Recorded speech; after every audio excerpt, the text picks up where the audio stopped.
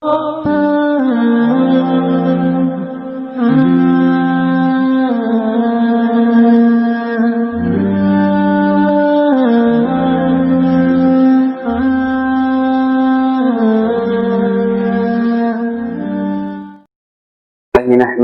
ونستعينه ونستغفره ونعوذ بالله من شرور أنفسنا ومن سيئات أعمالنا من يهده الله فلا مضل له ومن يضلله فلا هادي له ونشهد أن لا إله إلا الله وحده لا شريك له ونشهد أن سيدنا ومولانا محمدا عبده ورسوله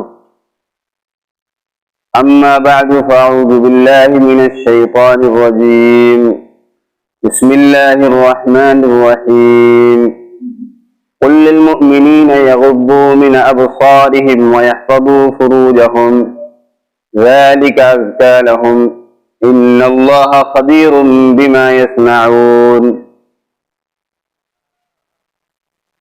وقال تعالى وقل للمؤمنات يغضضن من أبصارهن ويحفظن فروجهن ولا يبدين زينتهن وقال النبي صلى الله عليه وسلم العينان تزنيان زناهما النظر. محترم بزرگوں اور دوستو، ہمارے جسم کے اندر اللہ رب العزت کی دی ہوئی نعمتوں میں سے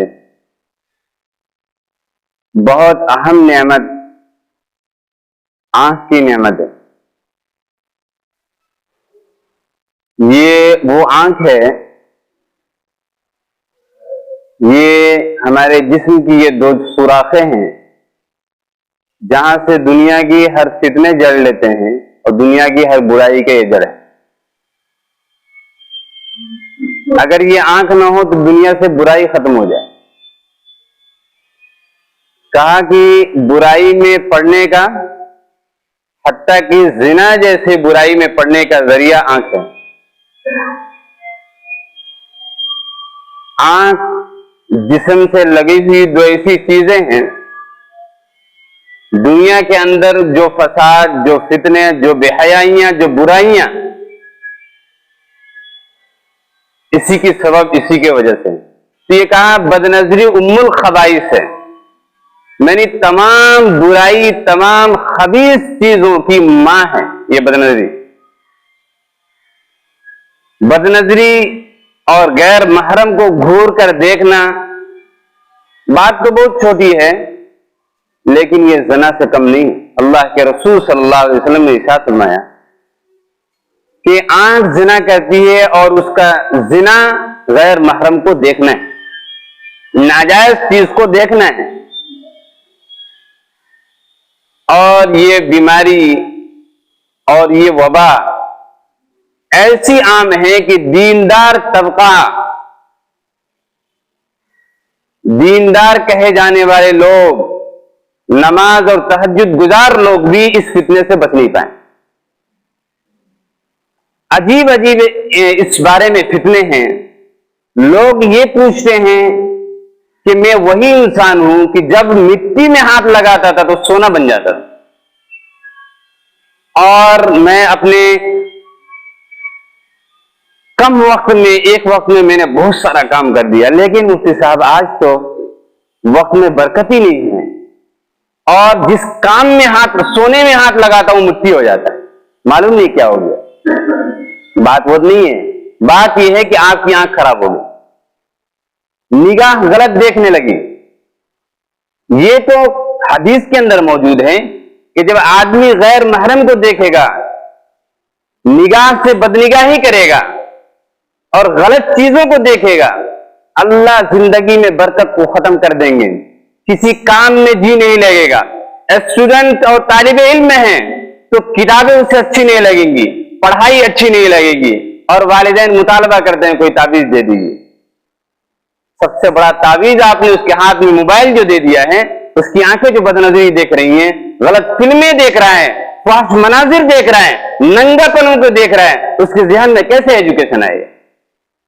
یہ تو حدیث کے الفاظ ہیں، یہ تو قرآن کے الفاظ ہیں کہ اپنی نگاہ کو پست رکھو، نگاہ کو نیچی رکھو۔ کیا کہا کہ برائی کو شروع میں ہی مار دو، برائی کو کیا کرو؟ شروع میں ہی مار دو۔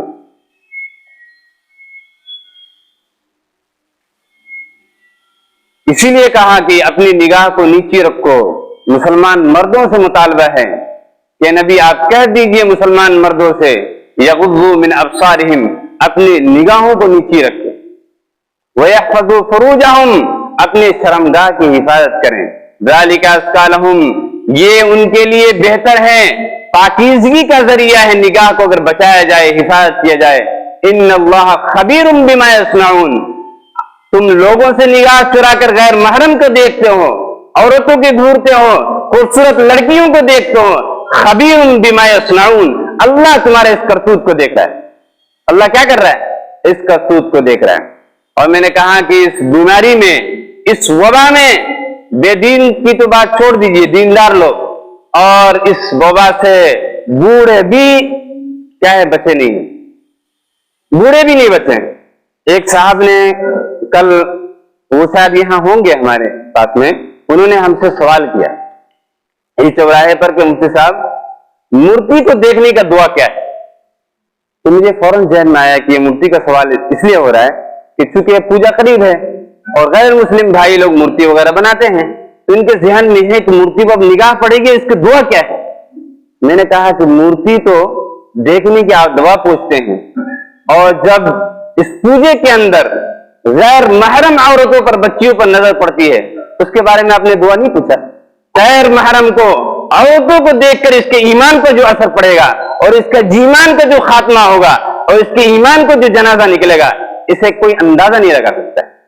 اور آدمی بڑی کامیابی کے ساتھ ماشاءاللہ، بزرگ لوگ بھی ہمارے جن کی داڑیاں سفید ہو چکی ہیں، اس پوجے کے اندر کرسیاں لگا کر معائنہ کرتے ہیں۔ کیا دیکھ رہے ہو بھائی؟ ایک پاؤں تمہارا قبر میں چلا گیا، کیا جواب دو گے اللہ کو؟ کیا یہ بوڑھے کے اندر خواہش نہیں ہوتی؟ حدیث پاک کے اندر آتا ہے، اسی کتاب کے اندر حدیث سے مولانا نے ثابت کیا ہے کہ بوڑھوں میں خواہشات کا جذبہ زیادہ ہوتا ہے نوجوانوں کے مقابلے میں،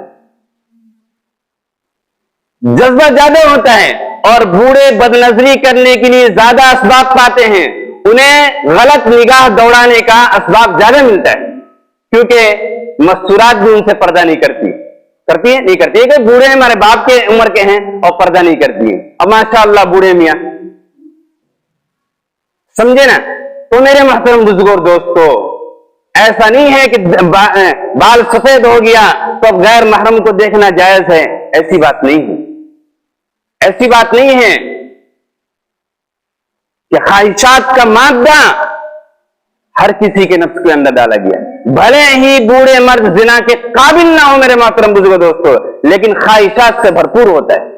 اس لیے قرآن نے کہا بلا قید جوان اور بوڑھے کے، قل للمؤمنین یغضوا من ابصارہم، آپ مسلمان مردوں سے کہہ دیجیے اپنی نگاہ کو نیچی رکھیں، اپنی نگاہ کو نیچی رکھیں، اپنی نگاہ کی حفاظت کریں۔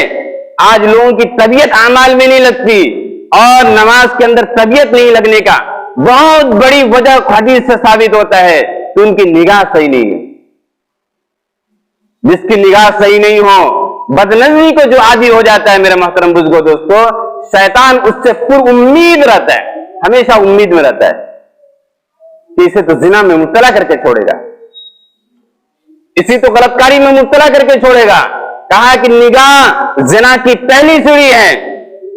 کیا ہے؟ پہلی سیڑھی ہے۔ آدمی اپنی نظر کی حفاظت کر لے تو میرے محترم بزرگوں دوستو، حدیث کے اندر آتا ہے کہ جو آدمی غیر محرم سے اپنی نگاہ کو ہٹا لے، اللہ رب العزت اس کے بدلے میں اس کے دل کے اندر ایمان کی حلاوت پیدا کرتے۔ سبحان اللہ، کتنی بڑی نعمت۔ اور آدمی گھورتا ہے ایک غیر محرم کو، ایک بچی کو کوئی آدمی بازار میں گھور گھور کر دیکھے تو اگر جوتیاں نہ پڑے تو ہو سکتا ہے گالیاں ضرور پڑ جائیں گی اسے، لیکن اسی کی فوٹو اور پکچر تصویر نکال کر موبائل میں گھورتا رہیں، تصویر میں گھورتا رہیں، 1000 بار دیکھیں، پلٹ کر دیکھیں، آنکھیں پھاڑ کر دیکھیں، کوئی روکتا نہیں اسے چومتا اور چاٹتا رہے، کوئی روکتا نہیں۔ تو کہا کہ اس سے بڑا گناہ یہ ہے، یہ اس سے بڑا گناہ ہے۔ آدمی یہ کہتا ہے نماز میں طبیعت نہیں لگتی، بچے شکایت کرتے ہیں کہ میری طبیعت پڑھائی میں نہیں لگتی ہے، بہت بڑی وجہ یہ ہے۔ بدنظری کا ایک وبال یہ بھی ہے کہ کاروبار میں طبیعت نہیں لگتی، آدمی کو دکان میں جی نہیں لگتا، اپنے کاروبار میں اس کا کام سکسیس نہیں ہوتا، کیونکہ آنکھیں خراب جو ہے، آنکھوں سے غلط دیکھنے کی اس کی جو عادت ہے، ایمان میں حلاوت نہیں، اعمال میں مزہ نہیں، وقتیہ نماز پابندی کے ساتھ پڑھنے کا جی نہیں چاہتا، کیوں؟ آنکھیں جو بھٹک چکی ہیں۔ یہ ام الخبائث ہے، یہ تمام بیماریوں کی ماں ہے، اور اس سے آدمی زنا تک پہنچ جاتا ہے۔ اس لیے میرے محترم بزرگ دوستو، اس سے روکا گیا ہے۔ اللہ کے رسول صلی اللہ علیہ وسلم کی بے شمار احادیث اس کی برائی، اس کی وعید کے سلسلے میں موجود ہیں۔ کہا کہ یہ بدنظری اور زنا مکافات عمل ہیں، تم غیروں کی ماں بہنوں کو غلط نگاہ سے دیکھو گے اور غلط کاریاں کرو گے، اس کا مکافات اور اس کا بدل تمہاری ماں بہنوں سے پورا کیا جائے گا۔ اس لیے اپنی نگاہوں کو حفاظت میں رکھیں، اپنی نگاہ کی حفاظت کریں۔ تصور کریں کہ یہ بھی کسی کی ماں ہے، اگر بازار میں عورتیں نہ ہوں، بازار عورتوں سے خالی ہو، تو پھر قرآن ہمیں کاہے کہتا ہے آنکھیں نیچی کرو؟ کیا دیندار طبقہ اور جو دین سے دور ہے ان کی تو کوئی بات ہی نہیں ہے، دیندار طبقہ بھی بہت شیطان نے انہیں نورانی میں دھوکہ ڈال دیا ہے، نہیں ہم تو دکاندار ہیں، ہم تو بزنس مین ہیں، ہمیں تو کوئی روک ٹوک نہیں ہے، شریعت نے اس کی اجازت دی نہیں۔ العینان تزنیان، آنکھیں زنا کرتی ہیں اور اس زنا سے کوئی نہیں بچ سکتا۔ اور زنا اور بدنظری کہا کہ ہمیشہ شرمندگی کا سبب بنا ہے، ہمیشہ آدمی کو ذلت و خواری میں دھکیل کر رکھا ہے۔ اس سے ذہن بھی کمزور، جسم بھی کمزور، اعضاء بھی کمزور، بیماریوں کو یہ دعوت دینے والی چیز ہے۔ تو جہاں دین کا فائدہ ہے وہاں دنیا کا بھی فائدہ ہے۔ آدمی یہ سوچتا ہے کہ وہ کوئی بڑی چیز نہیں ہے، نہیں، یہ آنکھ ساری بیماریوں کا جڑ ہے۔